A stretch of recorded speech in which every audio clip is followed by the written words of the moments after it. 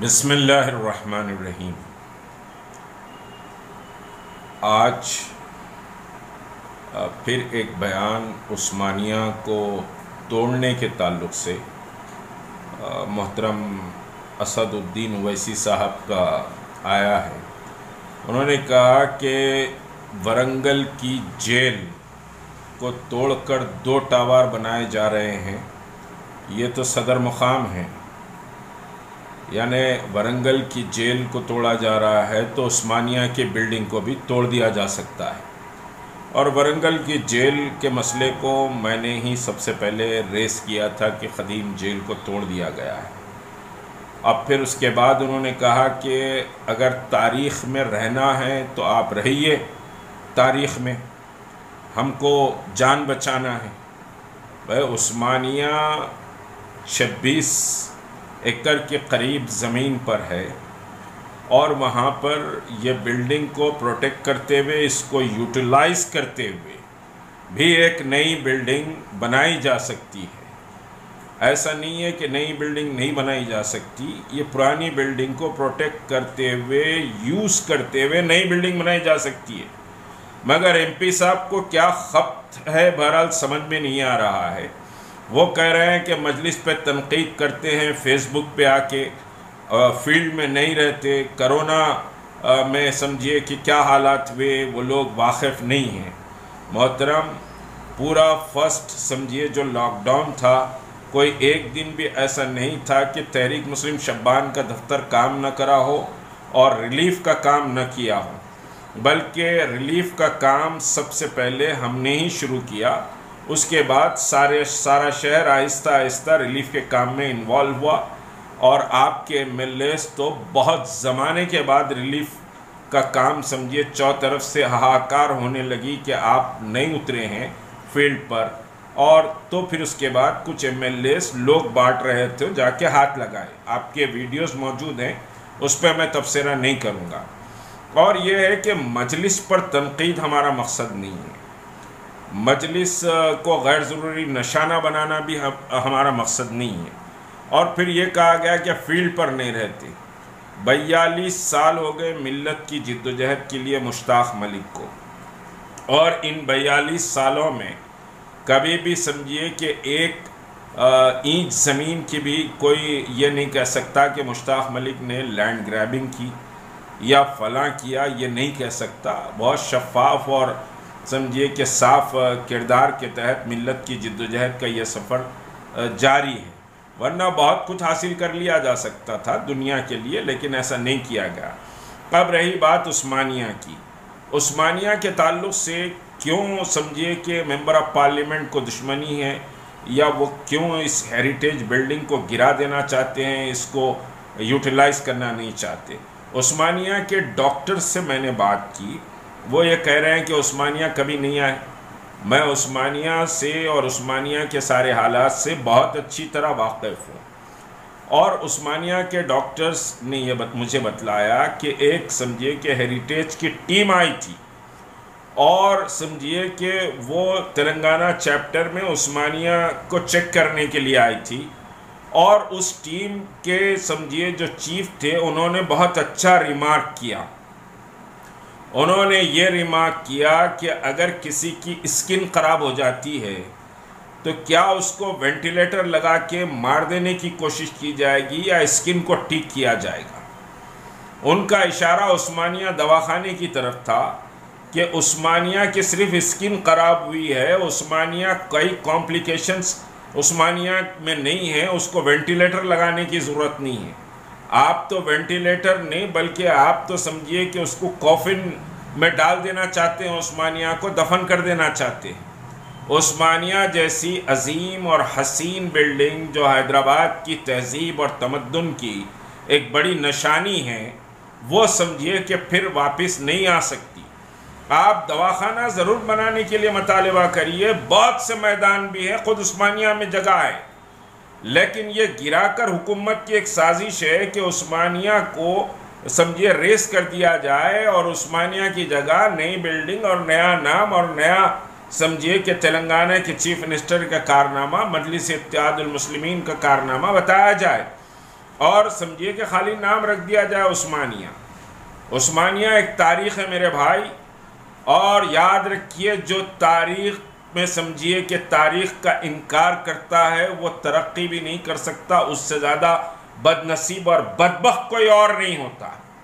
तारीख़ ही कौमों का असासा होती है, तारीख़ ही कौमों को ज़िंदा रखती है कि हमारे असलाफ़ ने ये जिद्दोजहद की, हमारे असलाफ़ ने ये कारनामे किए, तुमको भी उसी के नक्शे कदम पर चलते हुए एक नई सुबह के लिए कोशिश करना है। आप कह रहे हैं जिसको तारीख़ में रहना है वो तारीख़ में रहें, हम तो उस्मानिया बनाएंगे।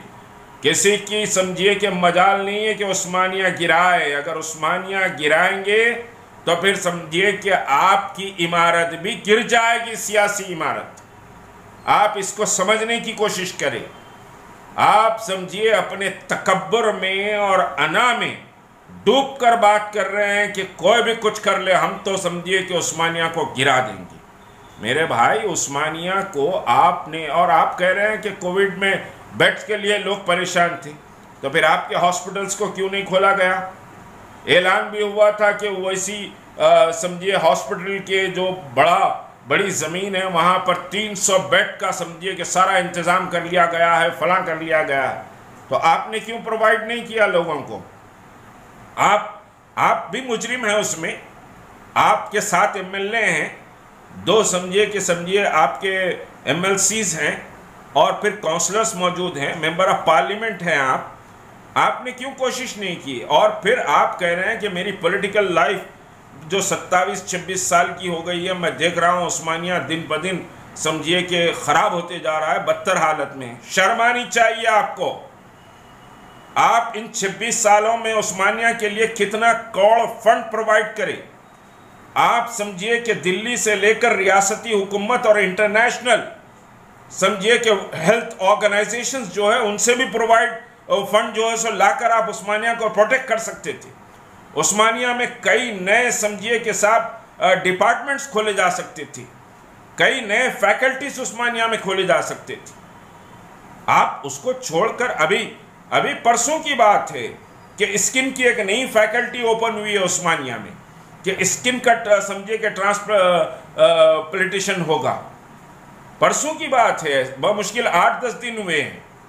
आप क्यों फंड लेकर नहीं आए उस्मानिया के लिए? आप समझिए कि अपने एमपी फंड में से कितना उस्मानिया के लिए दिए, कितना काम हेल्थ सेक्टर में आपने किया, कितना काम समझिए कि साहब आप पॉवर्टी को ख़त्म करने के लिए किया। कितने लोग आज आपकी कॉन्स्टिट्यूंसी में गुर्बत की ज़िंदगी गुजार रहे हैं, कितने लोग हाहाकार समझिए मचाए हुए हैं, कितना परेशान है लोग। आप सिर्फ हेल्थ सेक्टर की बात कर रहे हैं। एंटायर टोटली समझिए कि एजुकेशन, हेल्थ और सोशली आप टोटल नाकाम हैं।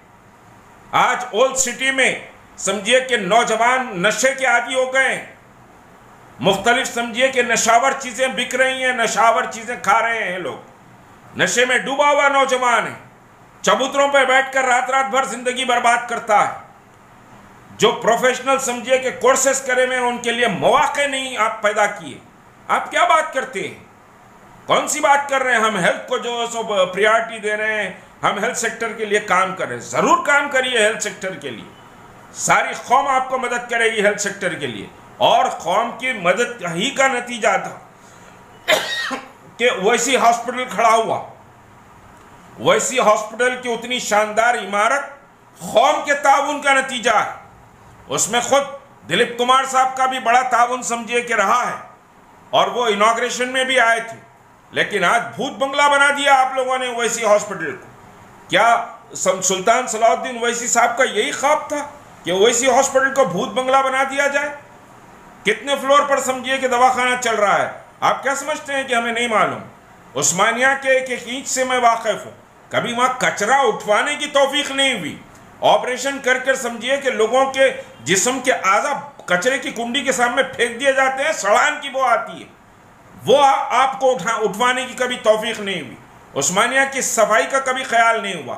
और जब उस्मानिया को तोड़ने की बात आई तो समझिए कि डिलिबरेटली उस्मानिया के ड्रेनेज को बंद कर दिया गया, पानी पूरी फ्लो से उस्मानिया के वार्ड्स में फैला। सारी समझिए कि दुनिया में थू हुई आपकी कॉन्स्टिट्यूंसी में और आपकी, कि उस्मानिया इस तरह से।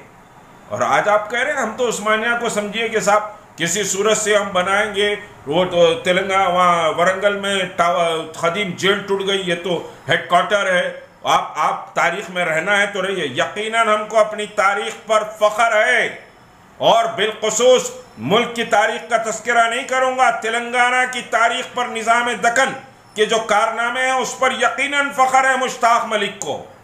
जिस असम्बली में बैठकर गरजते हैं वो असम्बली हमारी तारीख है। जिस समझिए कि गवर्नर हाउस में गवर्नर रहता है वो हमारी तारीख है। सेक्रेटेरिएट हमारी तारीख थी।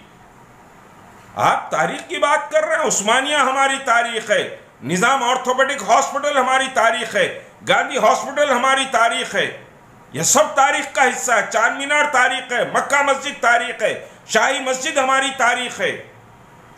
यकीनन तारीख पर हमको फख्र है और हम तारीख के साथ जिंदा रहेंगे। आप तारीख को भुला देना चाहते तो भुला दीजिए, आपकी अपनी अक्ल है, आपकी अपनी तालीम है, आप अपनी सोच है, लेकिन उम्मत के ताल्लुक से आप अकेले ठेकेदार नहीं है जो फैसला करेंगे। उस्मानिया समझिए कि हमारी तहजीब, हमारे तमद्दुन की निशानी है।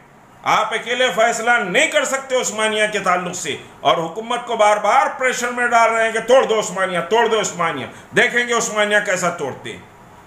यकीनन परसों हाई कोर्ट ने यह नहीं कहा कि साहब आप समझिए करें, हाई कोर्ट ने कहा कि तुम उस्मानिया को तोड़ना चाह रहे हैं, रखना चाह रहे हैं, क्या करना चाह रहे हैं, आगाह करो हमको।